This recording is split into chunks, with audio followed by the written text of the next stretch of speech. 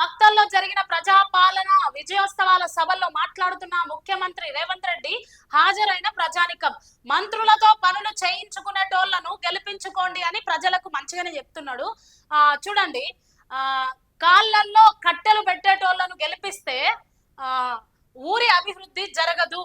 సర్పంచి ఎన్నికలపై రాష్ట్ర ప్రజలకు ముఖ్యమంత్రి పిలుపునిచ్చారు. మీ ఆశీర్వాదంతో సంక్షోభంలో ఉన్న రాష్ట్రాన్ని గడిన పెట్టాను.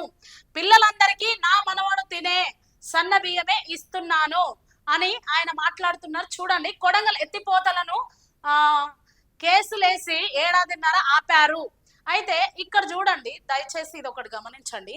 పిల్లలందరికీ నా మనవడు తినే సన్న బియ్యం ఇస్తున్నా అని అంటున్నాడు కదా.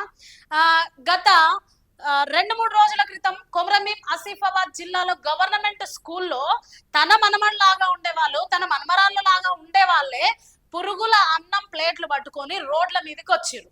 గివి రేవంత్ రెడ్డి ఇచ్చే సన్న బియ్యం. ఇవేనా? మీరు ఆలోచించండి ప్రజలారా. అట్లనే రెసిడెన్షియల్ హాస్టల్స్ ఉన్నాయి కదా, ఆ హాస్టళ్లలో కూడా ఫుడ్ పాయిజన్ అయ్యి గత ఈ సంవత్సరంలోనే 2-3 నెలల క్రితమే హాస్పిటల్లో పాలైన వాళ్ళని కూడా చూసినాము.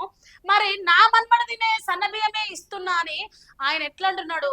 దయచేసి సీఎం కి మేము ఒకటే తెలియజేస్తున్నాము, ఫస్ట్ రాష్ట్రంలో ఉన్న జిల్లాలలో ఏం జరుగుతుంది అనేది మీరు తెలుసుకోండి.